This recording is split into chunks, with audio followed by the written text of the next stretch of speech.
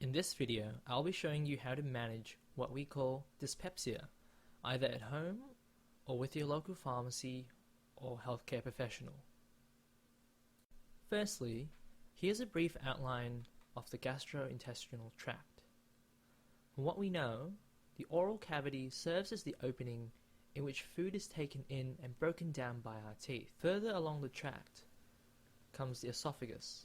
The esophagus is a long muscular tubing that guides food into the stomach to begin the next stage of digestion. It's interesting to note, though, that the esophagus works via peristalsis, which are a series of wave-like contractions that help to get everything down. So even if you're upside down, you can still swallow your food without it all coming out.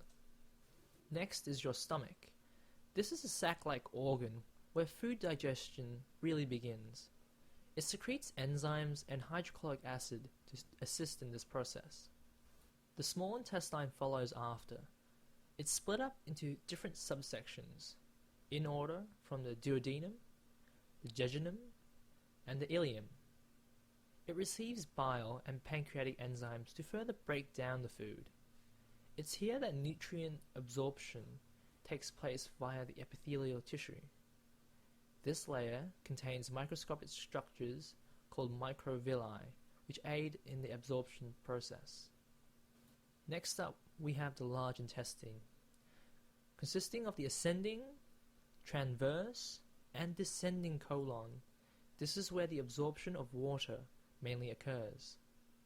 After all the absorption has taken place, the rectum follows afterwards.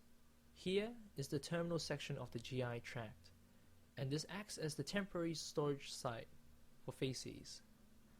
As the rectal walls begin to expand, stretch receptors stimulate the desire to defecate, and the stool is passed through the opening known as the anus. Moving on to dyspepsia.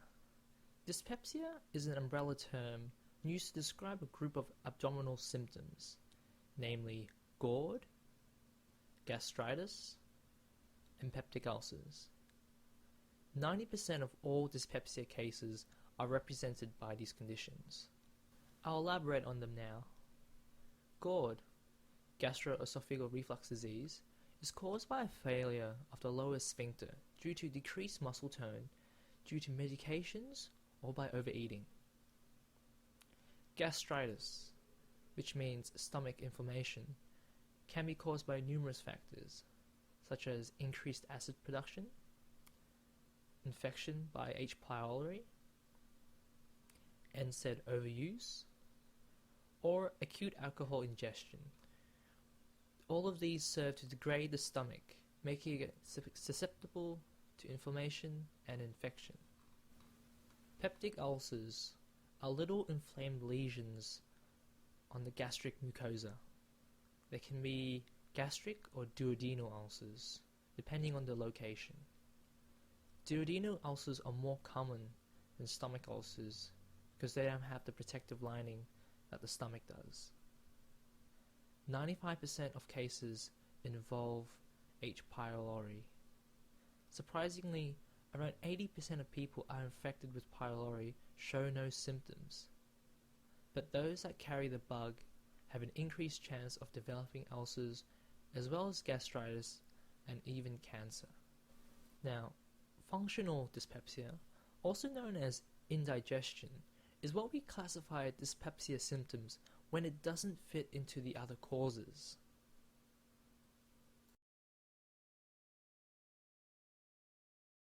The symptoms of dyspepsia are broad and varied. They depend on what type of condition you have. Consider any of these as a sign of dyspepsia. Abdominal discomfort above the belly button, bloating, flatulence, the feeling of fullness, nausea or vomiting, and heartburn. Most therapeutic products aim to lower or hinder the action of gastric acids, thereby elevating symptoms and allowing the stomach to heal or stabilize. We'll begin with the first one, antacids. Antacids are the first line of treatment for dyspepsia. They work by neutralizing stomach acid. An antacid product sold on the market is usually a combination of 2 or more metallic salts that work together to subdue the acidity. These salts can include sodium, potassium, magnesium, and aluminium. Sodium-containing antacids are best avoided in patients on a low-sodium diet. In addition, magnesium tends to cause diarrhea, therefore is commonly given in combination with aluminium, which tends to cause constipation. This minimizes the side effects. Antacids can also interfere with the absorption of a number of medications, such as tetracyclines, quinolones, and biphosphonates, to name a few.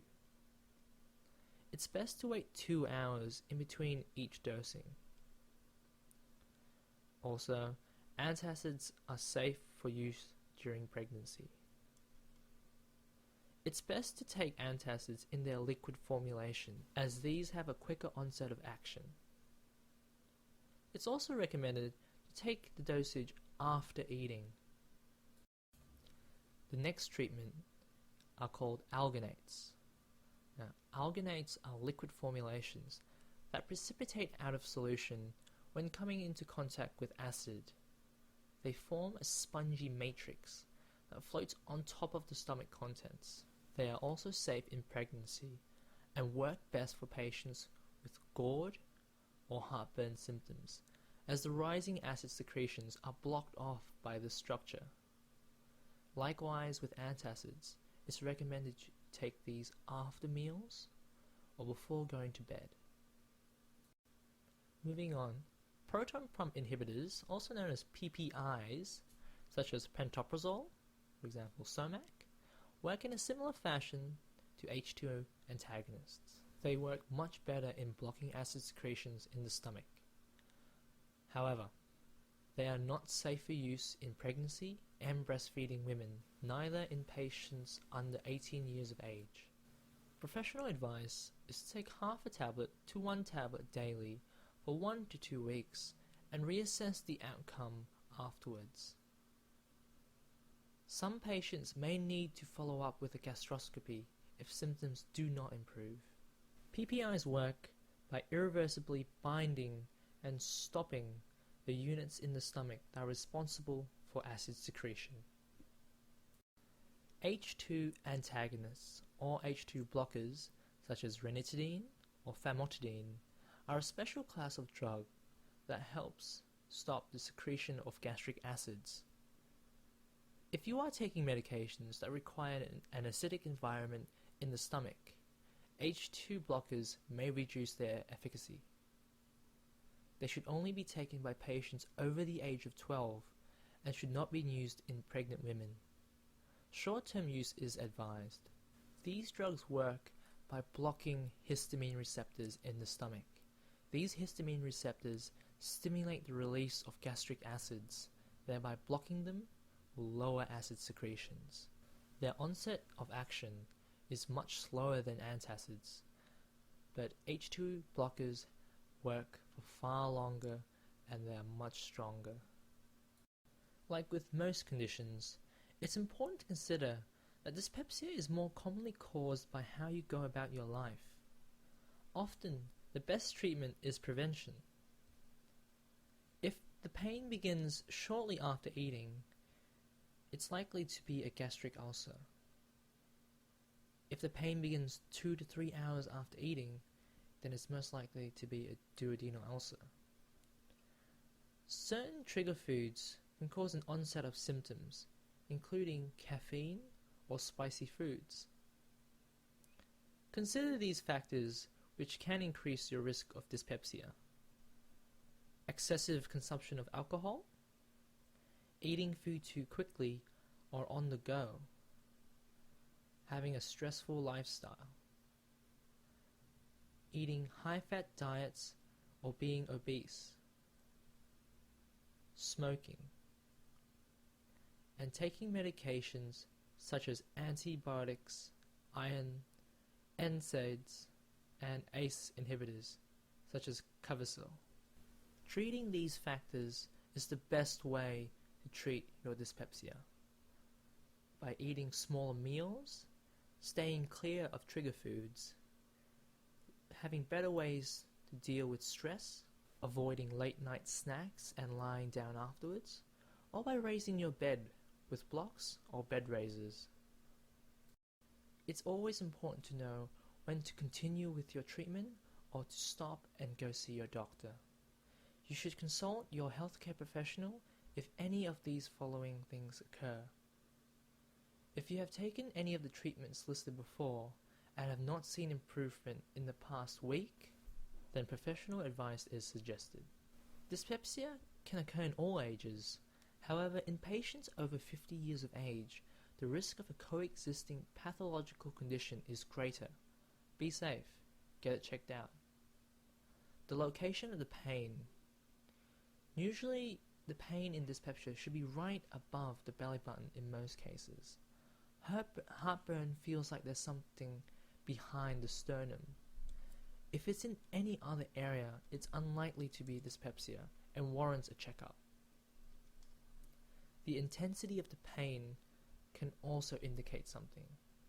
Dyspepsia presents itself as annoying, constant ache or discomfort. If it's a sharp, jabbing, stabbing pain, it can be something else entirely. As with the radiation of the pain, if there's pain that spreads across an area, or if the pain radiates across the left arm into the jaw, it might be cardiovascular in origin, and professional advice is warranted. However, the main points for referral can be remembered easily by the word alarms. Alarms refers to anemia, a loss of weight, anorexia, recent onset of progressive symptoms, melania or hematemesis, or swallowing difficulty, where melania refers to blood in your stool and hematemesis refers to blood in your vomit. If you find you are experiencing any of these following signs, it's worth going to your doctor to get it checked out.